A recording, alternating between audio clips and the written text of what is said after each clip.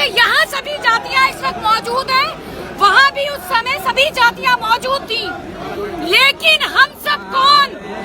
काफिर। एक रात मस्जिदों से ऐलान हुआ, अल्लाह को ना मानने वाले काफिर 24 घंटे के अंदर अंदर घाटी खाली कर दें, लेकिन अपनी घर की औरतों को वो वहीं छोड़कर जाएं।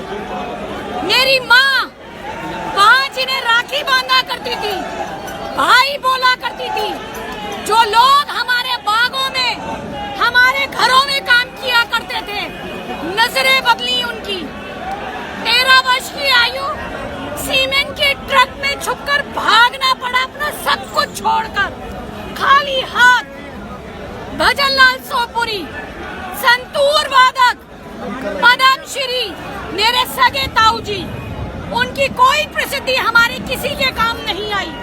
हमें वहां से भगाया गया और हम भागे। लेकिन ऐसी स्थिति वहां हमारे साथ आई क्यों?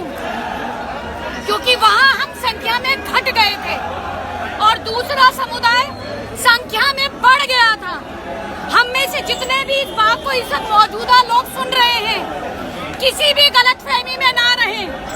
आने वाले कुछ सालों में जिस तरह हमारी संख्या घटती जा रही है हमारे देश में, हम आने वाले समय में अल्पसंख्यक हो जाएंगे। और दूसरा समुदाय जो लक्ष्य की तरफ अपनी संख्या हमारे देश में बढ़ाता जा रहा है, वो बहुसंख्यक हो जाएगा।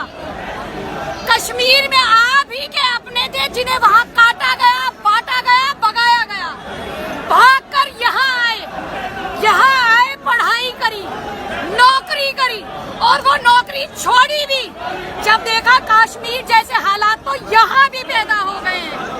और कश्मीरी भाइयों की तरह निराश होकर बैठी नहीं, जनसंख्या समाधान फाउंडेशन से जुड़ी और रोजाना 18 घंटे याद तुम रहोगे।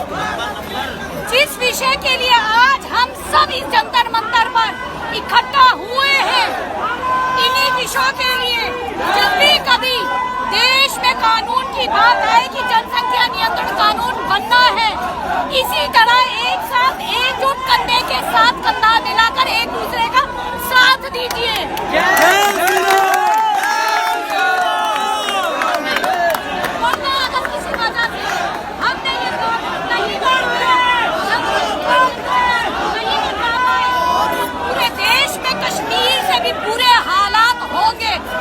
अब हम कुछ नहीं कर पाएंगे। बिल्कुल।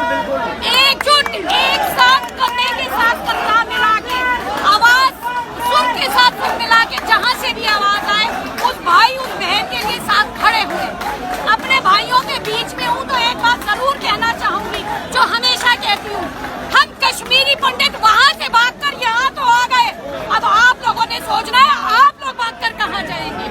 हम आपके साथ हैं दीदी।